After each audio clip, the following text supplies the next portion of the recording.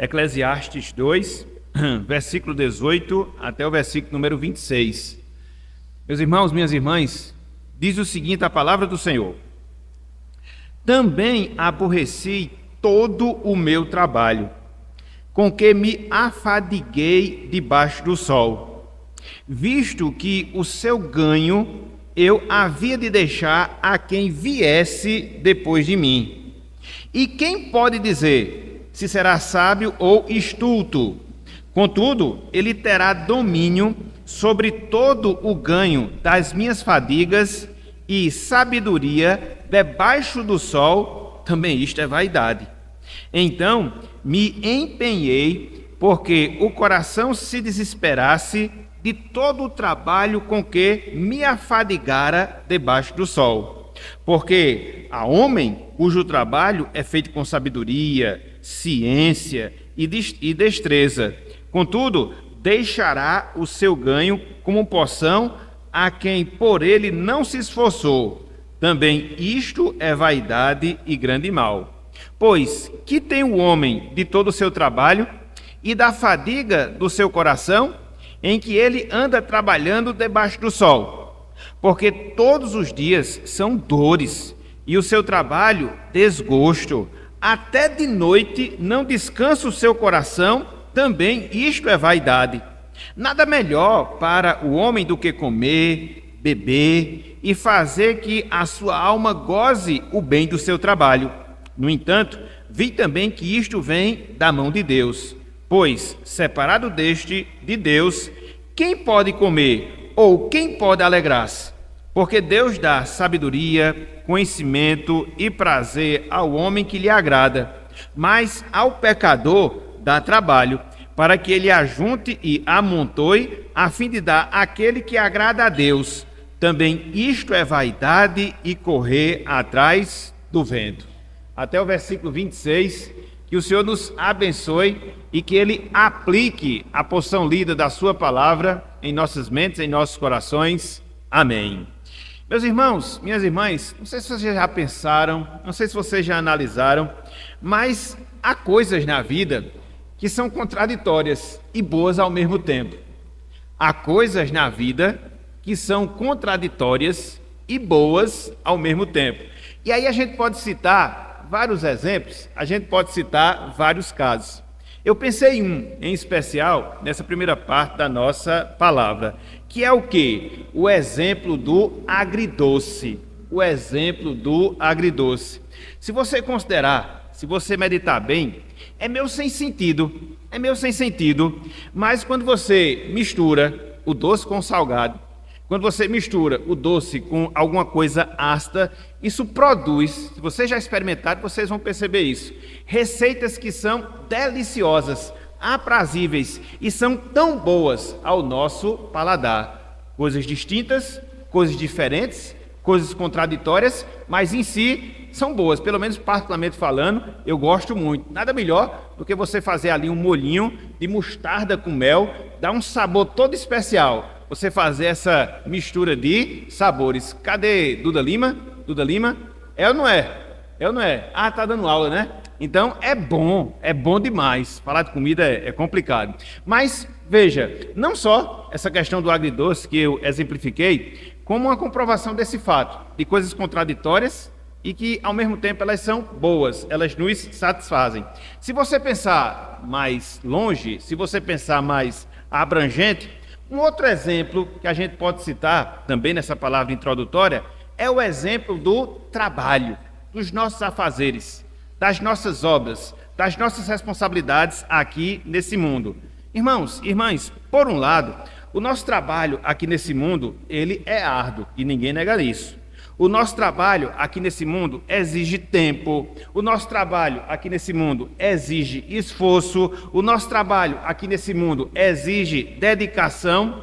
Não é sem motivo, irmãos e irmãs, que para muitos acordar toda segunda-feira para trabalhar é um castigo, é uma penalidade. Estou falando isso de maneira geral. É interessante que me veio à mente, e na verdade eu tinha até lido no material acerca desses estudos que nós estamos preparando no livro Filtro Solar, que foi até indicado aí para os irmãos. E aí, Emílio Garófalo, ele faz uma citação que aí eu me lembrei e vi que realmente se encaixa perfeitamente, que é do personagem Seu Madruga. Aqui quem é da década de 80, da década de 90, com certeza vai se lembrar. Ele tem uma frase que é muito clara e que, de certa forma, confirma isso que nós estamos falando. Ele dizia o seguinte: não existe trabalho ruim. Não existe trabalho ruim. Ruim é ter que trabalhar. Ruim é ter que trabalhar. Então, existe esse pensamento, existe essa cultura que, de certa forma, as pessoas não gostam de desenvolver as suas atividades por essas razões que anteriormente nós falamos. Exige tempo, exige esforço, exige dedicação. E dentro de uma sociedade como nossa, aqui no caso a sociedade brasileira, onde vigora a lei que nós chamamos do menor esforço, isso é muito característico, isso é muito marcante. E aqui me vem outra frase de Confúcio, que era um filósofo chinês que viveu ali século IV, século V a.C. Ele dizia o seguinte: se você arranjar alguma atividade que seja deleitosa para a sua alma, nunca você vai trabalhar durante a vida. Então, mostrando justamente isso, entendeu? Que o trabalho ele tem essa característica de desgaste, de esforço, a necessidade de dedicação, enfim, por isso que, por um lado, a gente vê esse aspecto negativo relacionado ao trabalho. Mas aí existe o outro lado da questão. Ao mesmo tempo, o trabalho, meus irmãos, o trabalho, minhas irmãs, é algo gratificante. O trabalho, ele é algo gratificante. Por quê? Porque a gente se considera útil dentro da sociedade. Quando você tem um trabalho, quando você tem uma ocupação, isso naturalmente vem à sua mente, ao seu coração. Eu estou sendo útil dentro da sociedade, do mundo no qual eu estou vivendo.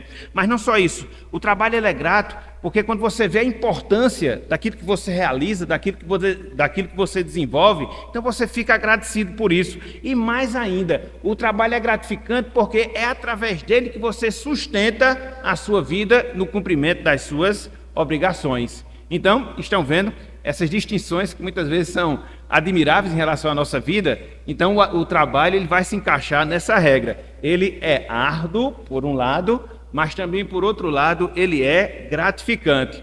E aí, quando você olha aqui para essa passagem de Eclesiastes capítulo 2, versículos 18 até o versículo número 26, você vai ver que é esse drama, esse mesmo drama que Salomão ele experimenta e que, de certa forma, ele descreve nessa passagem que nós estamos a considerar. Por quê? Porque ele trabalha a realidade dura do trabalho debaixo do sol.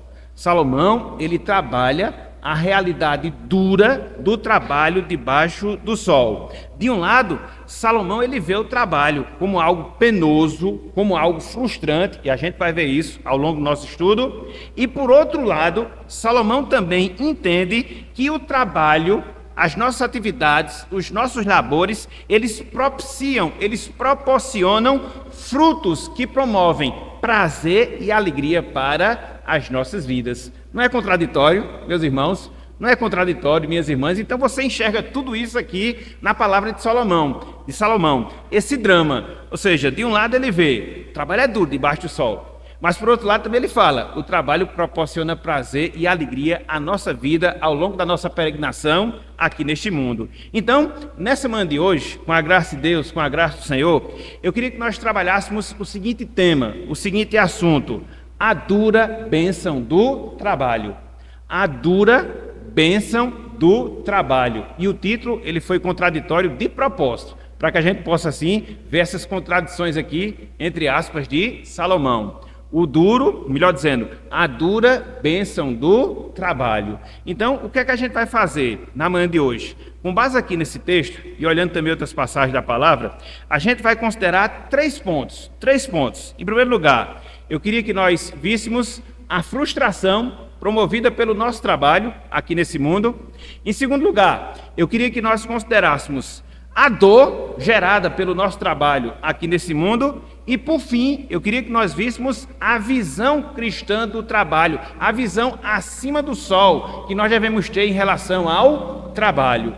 Então, 3 pontos, 3 divisões para a gente discorrer com base nesse texto, e aí depois, no final, a gente aqui abre para os irmãos para que a gente possa debater, perguntar, considerar e assim fazer uma aula mais participativa. Ok? Então, vamos lá, vamos começar a trabalhar. Vamos lá, vamos começar a destrinchar esses pontos que nós temos aqui diante de nós. Então, qual é o primeiro ponto? Conforme nós falamos, a frustração promovida pelo trabalho. A frustração promovida pelo trabalho. Irmãos, irmãs, acompanhe, por favor, aí a leitura dos versículos 18 e também o versículo número 19. Eclesiastes, capítulo 2, versículos 18 e também o versículo de número 19.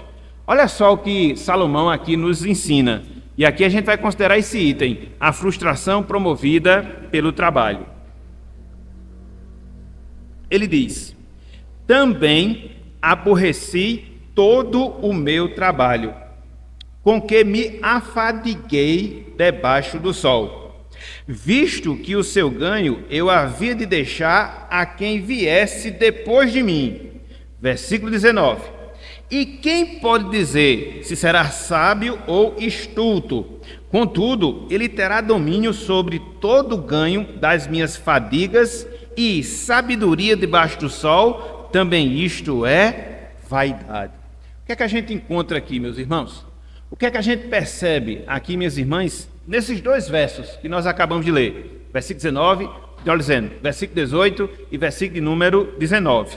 Aqui nós observamos Salomão expressando, afirmando, falando o desgosto dele, Salomão, desgosto que ele sentia pelo fato de ele não aproveitar o fruto do seu trabalho e deixar o fruto do seu trabalho para outra pessoa que não havia se esforçado em nada para adquirir aquele fruto, ou seja, o fruto do seu trabalho.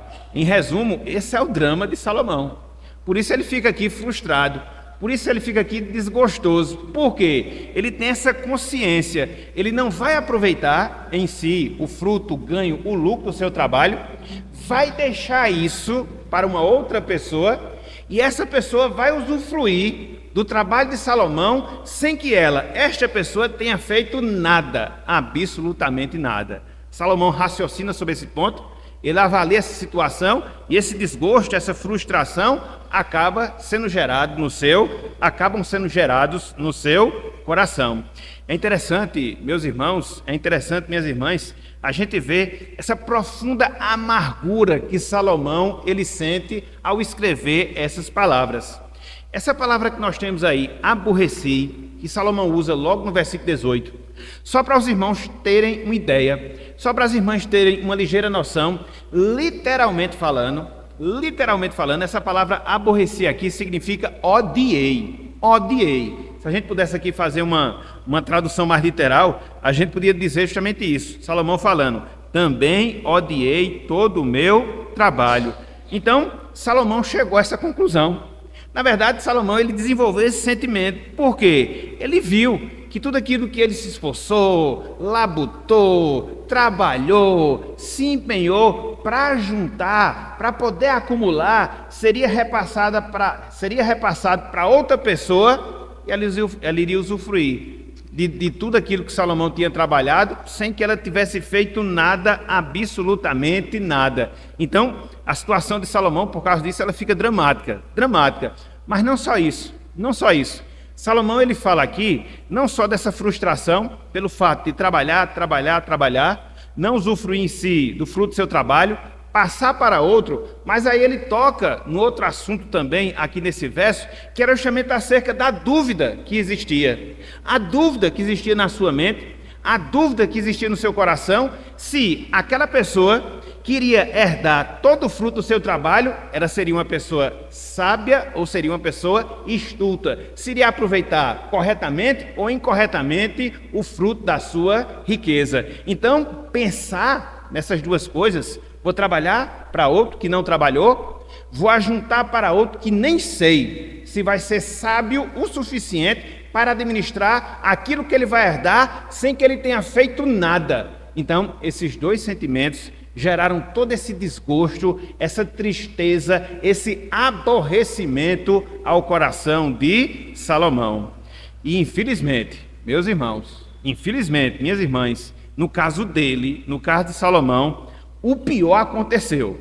Diz que toda desgraça, às vezes, diz que as coisas nunca estão tão ruins que não possam piorar, né? Então, no caso aqui, é o que a gente vê no exemplo de Salomão. Por quê? Houve o seu sucessor, Roboão, e o que foi que ele fez? Ele destruiu o reino, dividiu o reino de seu pai. Olha só como isso acaba acontecendo na vida de Salomão. Parece que ele estava adivinhando. Abram aí, sem desmarcar aqui o texto de Eclesiastes, livro de 1 Reis, capítulo 12. 1 Reis, capítulo 12. Olha só o que vai acontecer aqui. Salomão estava profetizando. Às vezes acontece isso. Existiam 12 tribos no reino de Israel. O reino se subdivide. 2 tribos ficam na descendência de Salomão, as outras 10, mais não. E aí tem reino do norte e reino do sul. Por causa de quê? De um filho nécio. 12, 1 Reis 12, versículo 13 e 14, versículo 16 e 17. Na verdade, o texto ele é longo, mas eu não vou ler tudo porque vai gastar muito tempo. Eu vou ler só esses 4 versos, porque resumem bem o que nós estamos falando, só para atestar o que aconteceu com Salomão, né? O pior aconteceu com ele. O pior aconteceu. Olha só. 1 Reis, capítulo 12, versículos 13 e também o versículo 14. Aqui está falando do comportamento de Roboão, filho de Salomão. Então, houve uma demanda lá. E aí, o que foi que aconteceu? Ele procurou se aconselhar primeiramente com os sábios, com aquelas pessoas mais antigas, as mais experientes. E elas deram um conselho. Mas aí Salomão não se satisfez. Foi procurar conselho com os mais jovens. Totalmente diferente, totalmente oposto. E aí, ao invés de seguir o conselho dos mais sábios, ele pegou os conselhos dos mais novos e aí a destruição foi completa. E aí a gente vê a necessidade, né? De gente mais nova, a junta, de gente mais sábia, para quê? Para poder ser maduro. Jovem que só vive com jovem não vai aprender maturidade. Então a gente só aprende maturidade com quem é maduro. Logo, a gente tem que se relacionar com pessoas mais maduras do que nós. Que o exemplo claro que a gente vê na palavra. Isso serve para homem, isso serve também para as mulheres. Se quer ser sábio, ande junto com o sábio. Porque é aquele negócio. Quando você se junta com pessoa que não tem sabedoria, você vai ser nécio também. Então olha só o que acontece. Ó. Versículo 13. A resposta que Roboão dá, né, a demanda que havia sido solicitada a ele. Dura resposta deu o rei ao povo, porque desprezara o conselho dos anciãos, o conselho que os anciãos lhe haviam dado. E lhe falou segundo o conselho dos jovens, dizendo: meu pai, no caso Salomão, fez pesado o vosso jugo, porém eu ainda agravarei. Meu pai vos castigou com açoites, eu porém vos castigarei com escorpiões. Eita, Roboão, botou tudo a perder. Olha só, versículo 16. Vendo, pois, todo Israel que o rei não lhe dava ouvidos, reagiu dizendo: que parte temos nós com Davi?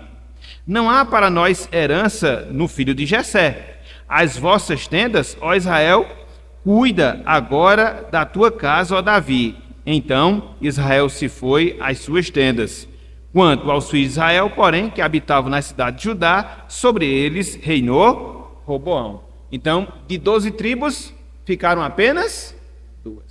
E o pior aconteceu com Salomão. Um filho sem sabedoria, um filho nécio, destruiu toda aquela estrutura organizada que havia na nação de Israel.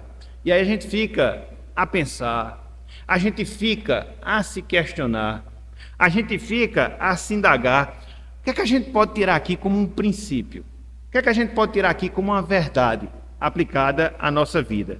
Irmãos, irmãs, o fato, quando a gente analisa essas coisas, é que a gente, preste atenção nisso, a gente não tem o controle das nossas posses. A gente não tem o controle das nossas posses.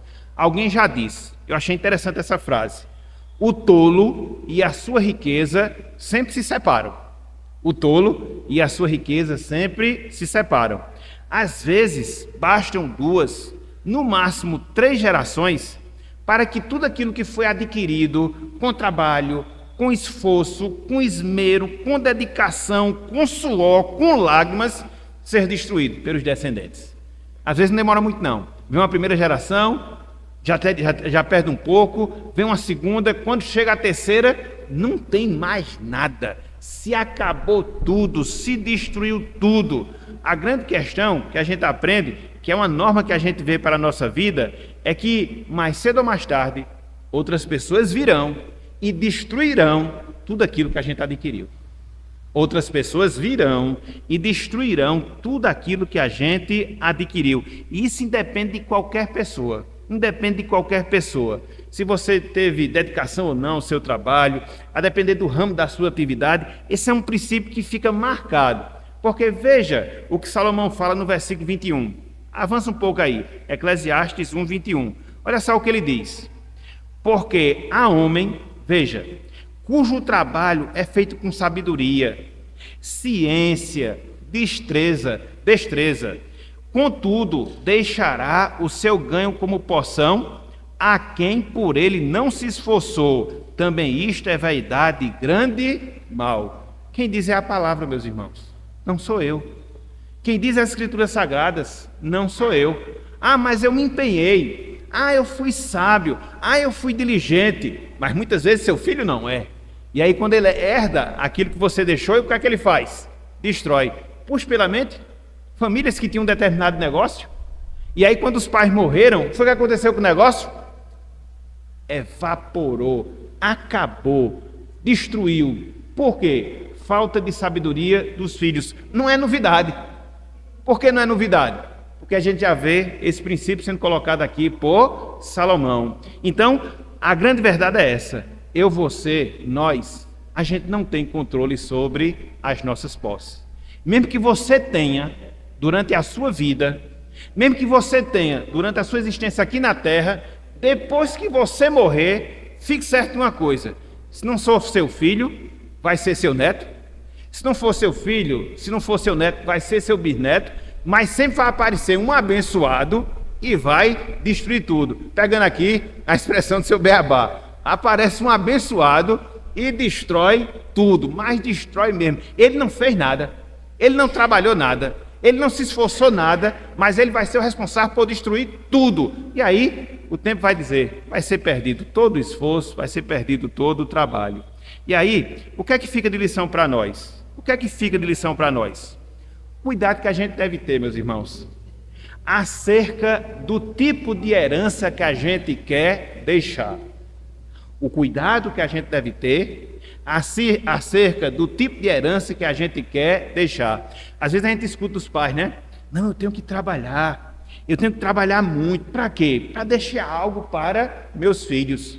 E aí trabalha, acaba que não tem um compromisso firme com Deus, foca nos valores materiais e não nos valores espirituais, morre.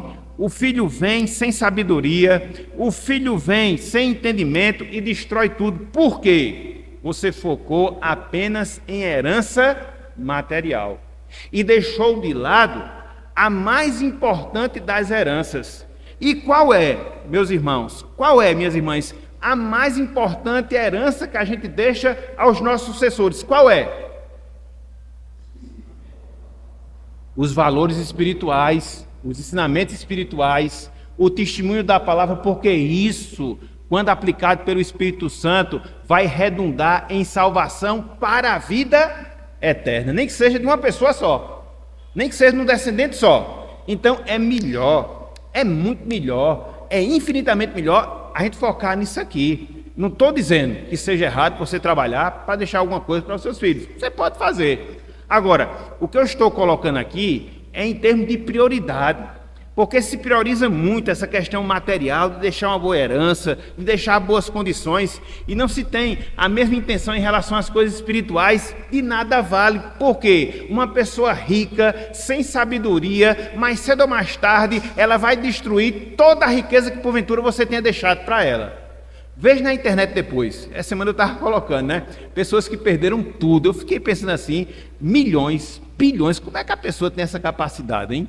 Como é que a pessoa tem essa capacidade? Tem vários casos, fora e dentro do Brasil, que a gente fica assim, boquiaberto. Como é que um ser humano tem uma capacidade dessa de em pouco tempo destruir toda uma fortuna? Não sei o que foi que fez, rasgou dinheiro, só se for, porque não tem condições.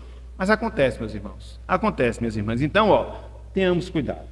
Se você quer deixar uma herança para seu filho, e que seja uma herança importante, que seja uma herança de valor, deixe os valores espirituais.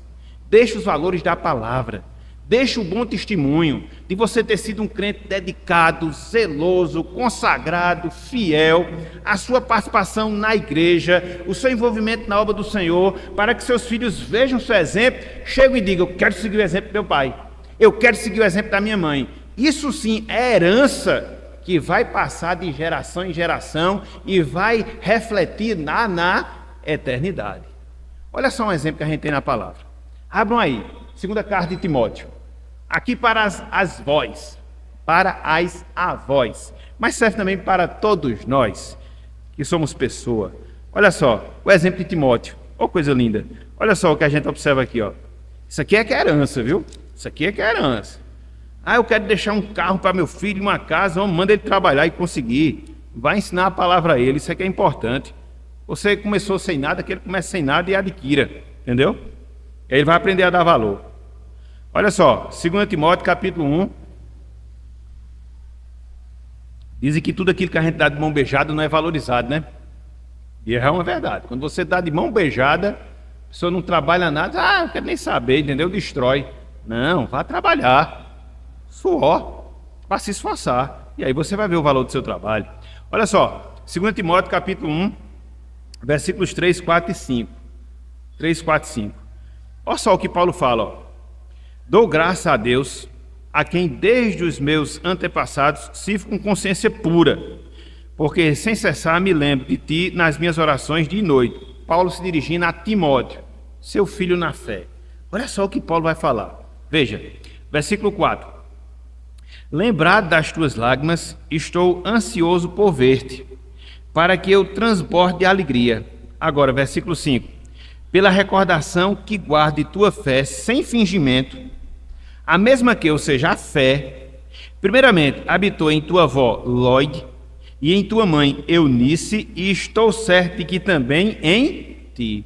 Uma fé que passou de geração para geração. Vó, mãe, filho. Meus irmãos, isso aqui é que é herança. Isso aqui é que é herança. Não se preocupe com isso. Se preocupe em deixar esse tipo de herança. Se você puder deixar outra, tudo bem. Ninguém vai morrer por causa disso. Agora, priorize deixar a boa herança para os seus filhos, para que você não fique frustrado. Você se esforçou, gastou seu tempo, empenhou todo o seu esforço, não aproveitou. Veio outro depois de você que não fez nada, destruiu tudo. Foi o que houve no final? Nada. Ok, meus irmãos? Então, primeiro ponto, a frustração promovida pelo trabalho. Trabalhar, acumular uma grande herança, deixar para quem não fez nada, e esse que não fez nada destruir tudo aquilo que você se esforçou. É frustrante. E Salomão chega a essa conclusão. Contudo, há um segundo ponto que eu queria trabalhar aqui com vocês, que é o quê? A dor gerada pelo trabalho. A dor gerada pelo trabalho. Vejam aí, Eclesiastes 2. Voltem novamente para Eclesiastes 2. Vamos ler o versículo 20, depois a gente pula para o versículo 22 e o versículo 23, ok? 20, 22 e 23. Olhem só aqui o que nos diz a palavra do Senhor. Eclesiastes 2, 20, 22 e 23. Versículo 20. Salomão ele fala: então me empenhei, porque o coração se desesperasse de todo o trabalho com que me afadigara debaixo do sol. Versículo 22. Pois que tem um homem de todo o seu trabalho e da fadiga do seu coração, em que ele anda trabalhando debaixo do sol. Verso 23. Porque todos os seus dias são dores, e o seu trabalho desgosto. Até de noite não descansa o seu coração. Também isto é vaidade. Irmãos, que depoimento que Salomão dá aqui, hein? Que depoimento que Salomão dá aqui. E o que é que ele fala aqui nesses versos? O que é que ele fala aqui nessas palavras? Ele expressa o sofrimento imposto pelo trabalho às nossas vidas. O sofrimento imposto pelo trabalho, a dor imposta pelo trabalho às nossas vidas. É interessante, porque se você analisar esses versos, você vai observar que a gente sofre por causa de trabalho de três formas, de três maneiras, em três aspectos. Em primeiro lugar, o trabalho gera em nós um sofrimento emocional. Em primeiro lugar, o trabalho gera em nós um sofrimento emocional. No versículo 20, Salomão diz: coração se desesperasse. A ideia dessa expressão aqui, irmãos e irmãs, no hebraico, é de alguém que está desesperado. Desesperado. É de alguém que se vira para o outro lado, angustiado, triste, e chora, chora, chora, chora também no seu íntimo. Então, essa foi a conclusão a que chegou Salomão. Se entristeceu com o trabalho, se desgostou. E aí você pergunta, por que a gente se desgosta em relação ao trabalho? Existem várias razões, existem vários motivos. Às vezes a gente fica pensando, será que meu trabalho vai valer a pena? Ou não? Será que eu vou conseguir desenvolver aquilo que eu quero desenvolver? Será que as pessoas vão entender o meu esforço no meu trabalho, na minha repartição? Porque às vezes é complicado, né? Você tem uma visão acerca das coisas, você quer fazer o negócio andar, aí tem 30 que fica puxando o negócio para trás, né? E parece que você está enxugando o gelo, né? Em repartição pública aqui tem muito isso, né? Porque às vezes tem aquela pessoa que tem aquele ideal, não, vamos desenvolver aqui a repartição, vamos dar aqui uma outra qualidade ao serviço público, aí chegam as outras e dizem, nada rapaz, tu tá falando isso porque tu é novo, depois que tu tiver 20, 30 anos de casa, vai ficar igual a mim, se acontecer, aconteceu, se não acontecer, deixa isso para lá, vai ficar se desgastando, sem necessidade, aí você fica assim angustiado, mas rapaz, será que está valendo a pena? Não é que acontece isso. Eu falei de serviço público, mas isso acontece em qualquer realidade. E aí você fica pensando, será que o meu esforço vai produzir o ganho que eu estou intentando? De dar uma certa estabilidade financeira para a minha vida? De deixar alguma coisa para os meus descendentes? Será? Você se angustia com isso. E mais, será que eu vou ser bem visto diante do meu patrão, dos meus colegas de trabalho? Ou não? Vou ser aquele funcionário chato, que ninguém quer ficar perto. Então, quando você avalia isso, é um sofrimento emocional que você tem no coração.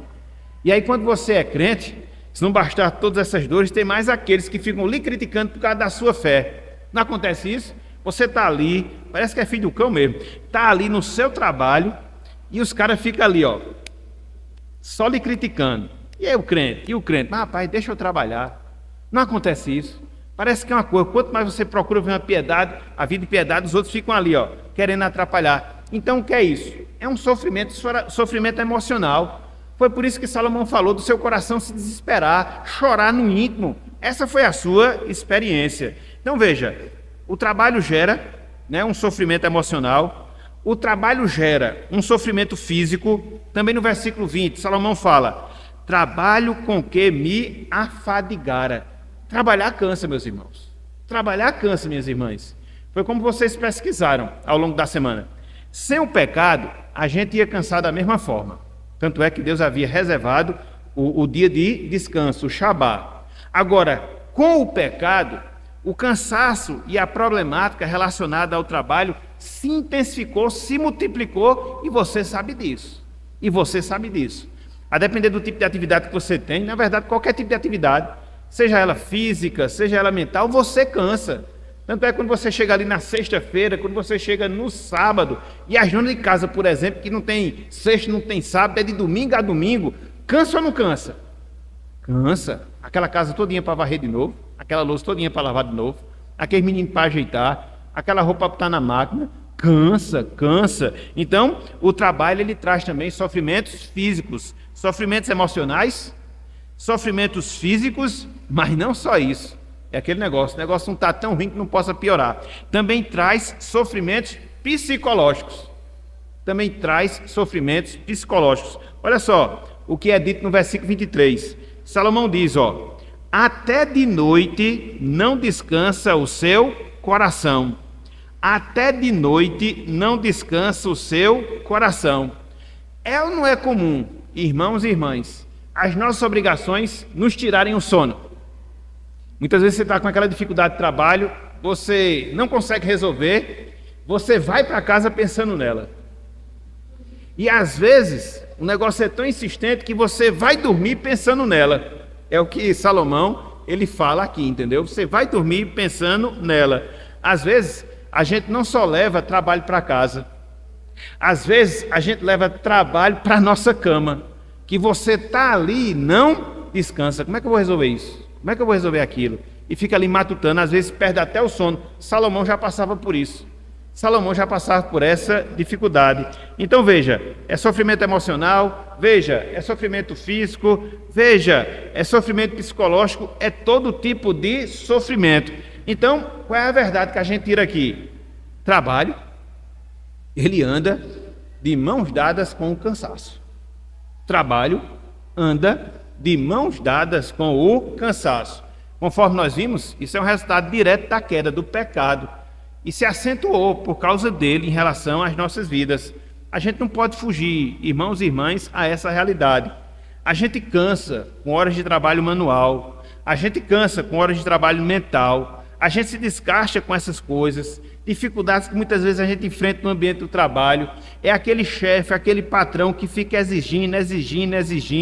São aqueles, entre aspas, amigos de trabalho que também ficam nos perturbando. Tudo isso é cansaço que a gente vivencia dentro do ambiente de trabalho.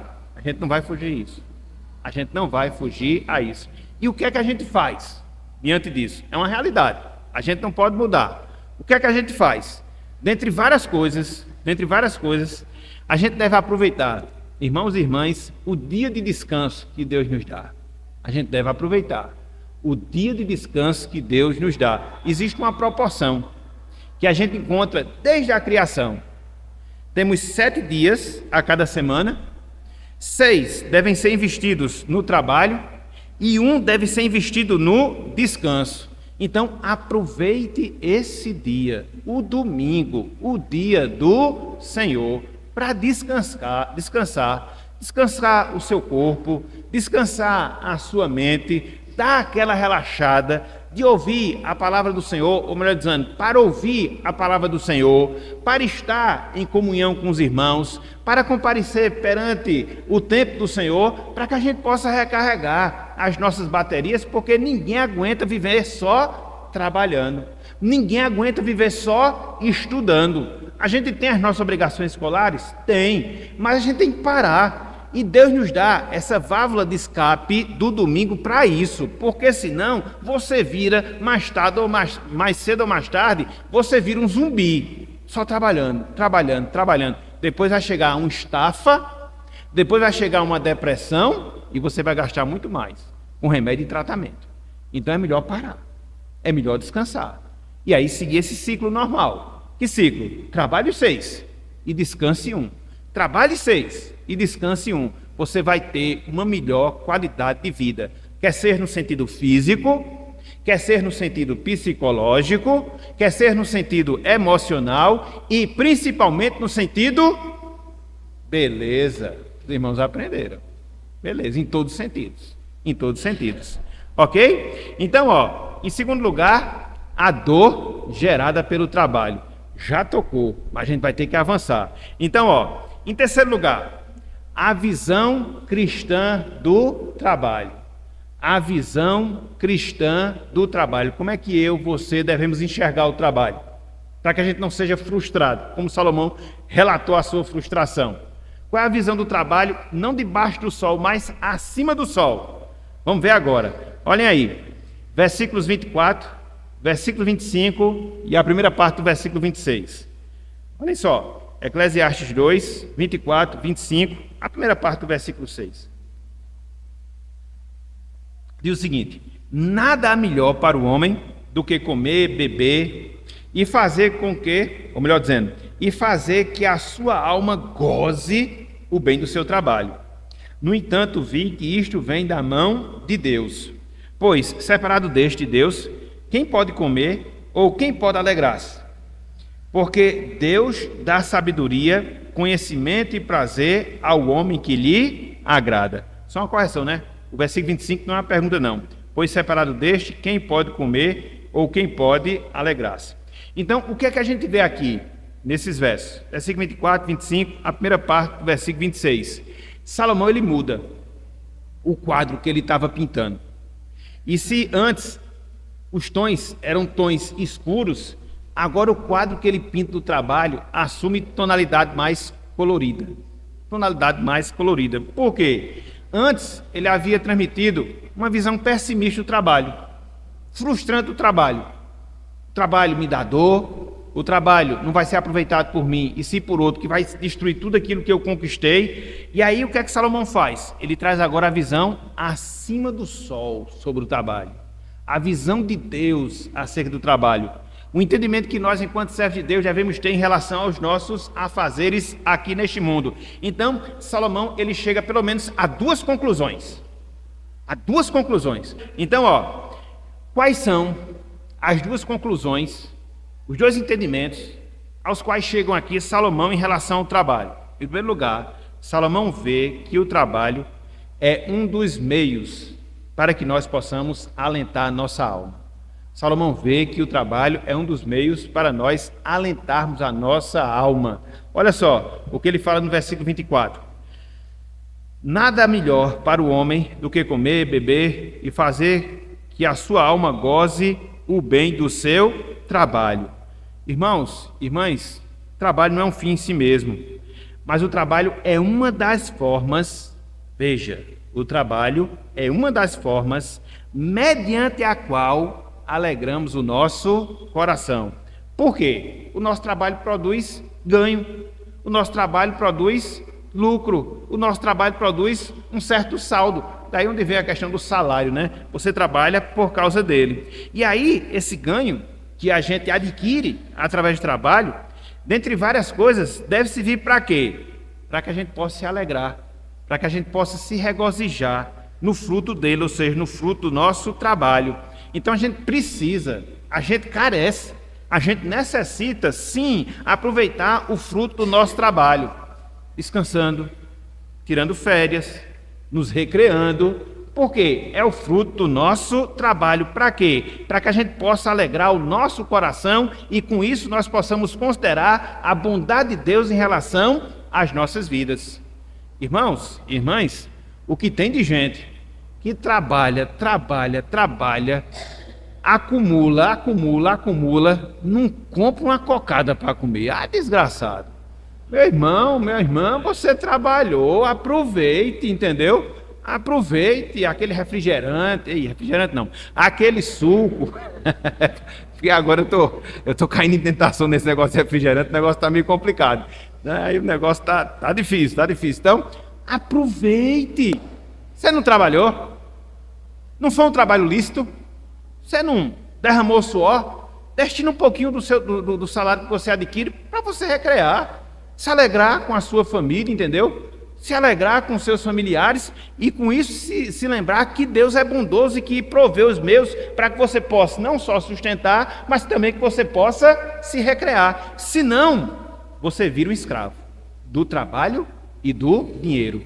Não posso gastar, senão não vou acumular. Não, vai chegar outro e vai gastar tudo, viu? Então, se é para outro gastar, gaste. Se é para outro aproveitar, aproveite, desça a lenha, entendeu? Quem quiser que vá atrás.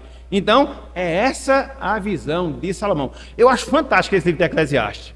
Pense no livro que eu estou gostando de estudar, porque é cada lição que a gente aprende, de coisa do cotidiano, que às vezes a gente fica só quebrando a cabeça e está tudo aqui no manual de vida, é bom demais. Olha só o que Salomão fala no versículo 25, né? Essa questão de você comer, beber e aproveitar o fruto do seu trabalho, o bem do seu trabalho. Ele diz, pois separado deste Deus, quem pode comer ou quem pode alegrar-se? Então o trabalho serve para isso.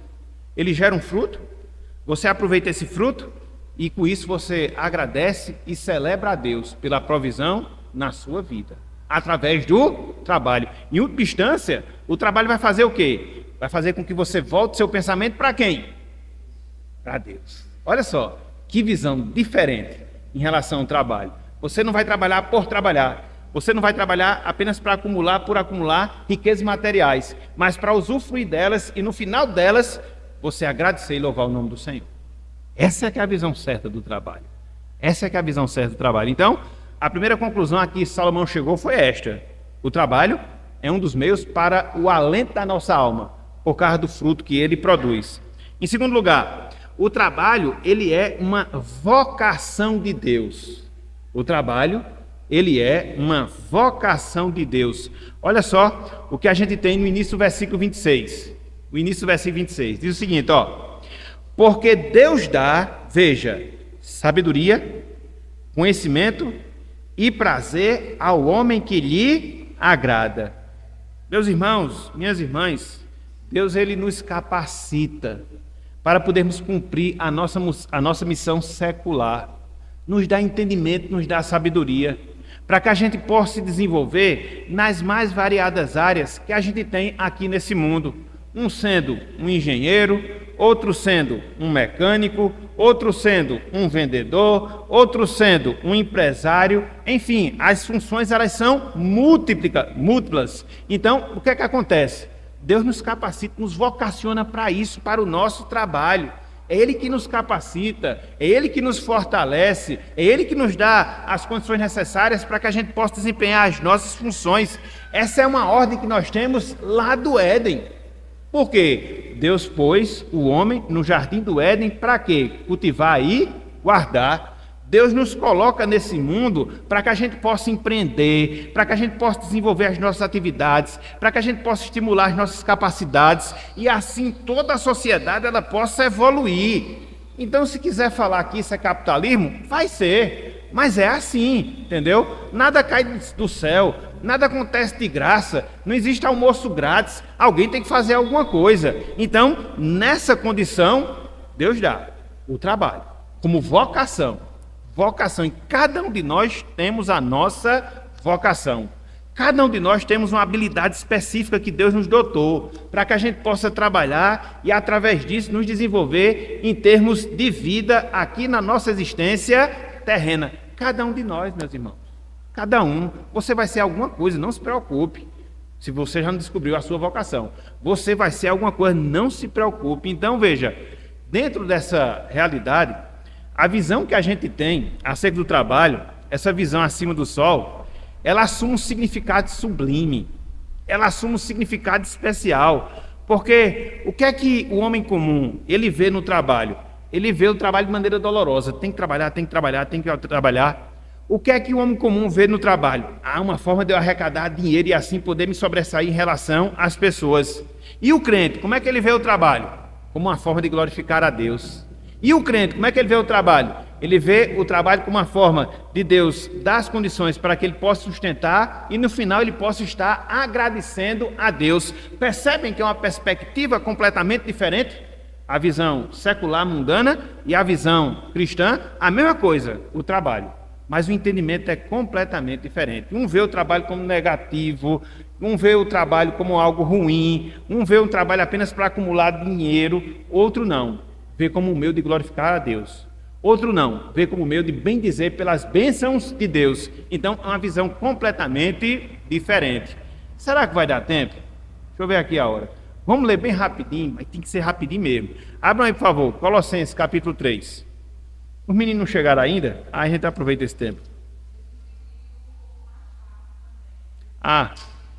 Então vamos aproveitar um pouquinho o nosso tempo aqui. Olha só. A visão divina do trabalho, um meio de glorificar a Deus.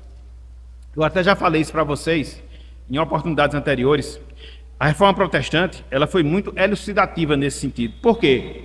Antes da reforma protestante, quais eram os trabalhos que se valorizavam mais?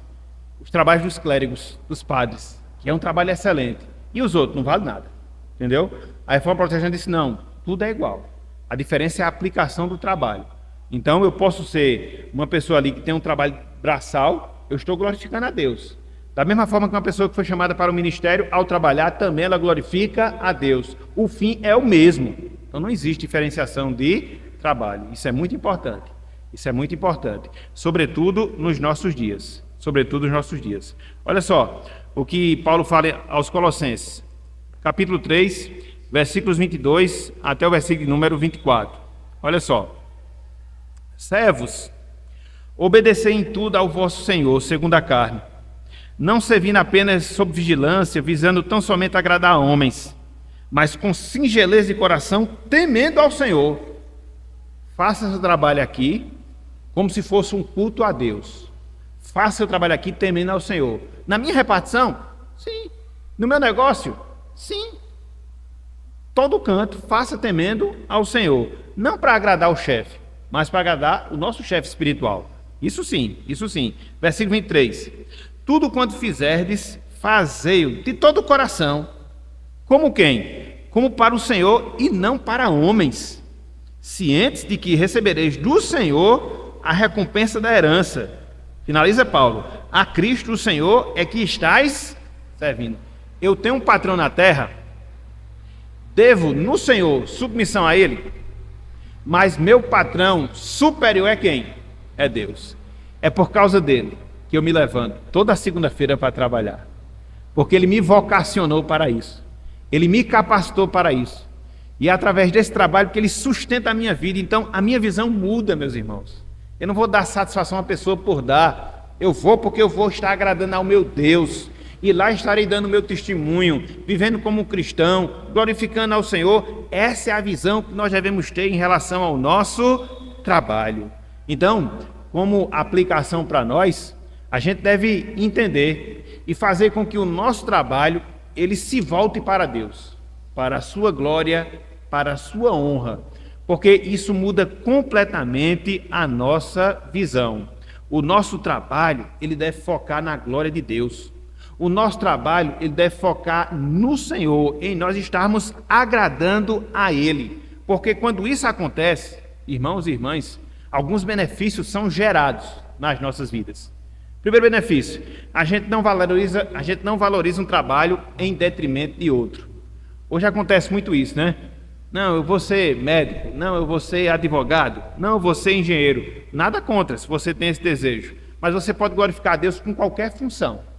Via de regra, a gente quer aquelas funções em que geram maior status, uma maior projeção, porque no fundo a gente está alimentando o orgulho do nosso coração, e não para agradar a Deus, e não para agradar ao Senhor.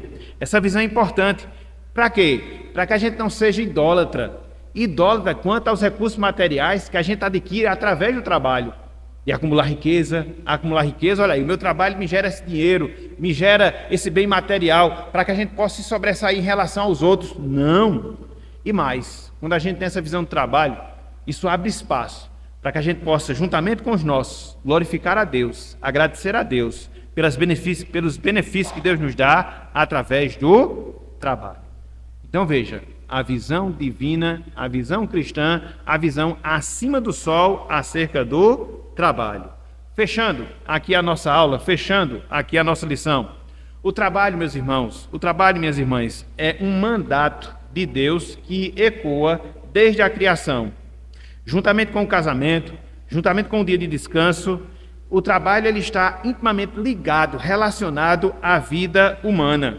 Isso não acontece por acaso, porque quando nós estamos trabalhando, nós estamos seguindo os passos de Deus.